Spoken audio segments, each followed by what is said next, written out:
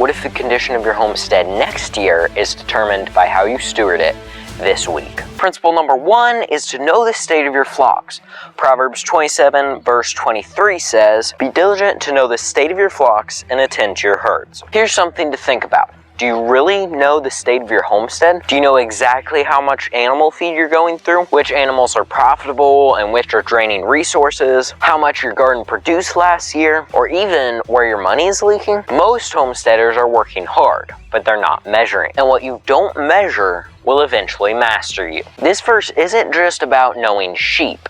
It's about stewardship. In 2026, the homestead that thrives will be the one that tracks expenses, monitors production, plans breeding intentionally, knows soil condition, and keeps records. Diligence beats hustle. So start a binder, start a worksheet, start a whiteboard in the barn. But especially know the state of your flocks, because clarity creates control. Principle number 2 is about the field of the lazy man. Proverbs 24 verses 30 through 34, "I went by the field of the lazy man, and there it was, all overgrown with thorns." This is one of the most vivid passages in Proverbs. This vineyard wasn't destroyed overnight. It decayed slowly. A little sleep, a little slumber, a little folding of the hands to sleep. That's how it happens. It's not sudden, it's not catastrophe, it's just neglect. Weeds don't need permission. Broken fences don't fix themselves, and predators don't wait until you feel motivated. And here's the uncomfortable truth. Homesteading magnifies procrastination. I talked about this in my last video that you can click on up here.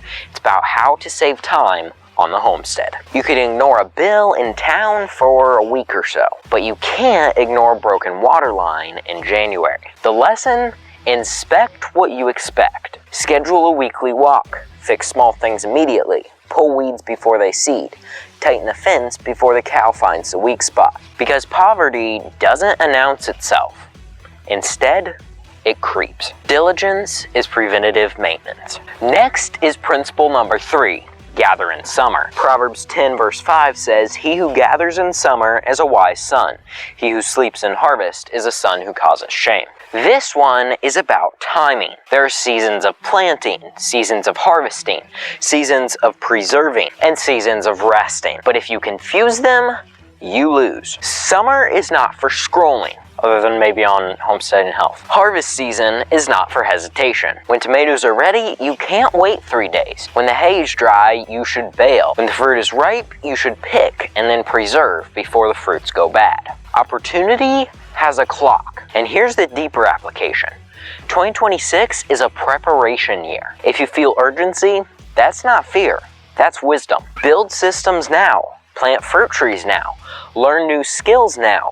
Stock up now, and network with other homesteaders now. Because when harvest season comes, you won't have time to go prepare. These 3 principles, know the state of your flocks, don't neglect the small things, and move when it's time to move. Homesteading isn't just a lifestyle, it's biblical stewardship in action. And the families that apply these principles in 2026 won't just survive in it, they'll thrive. One last quick application.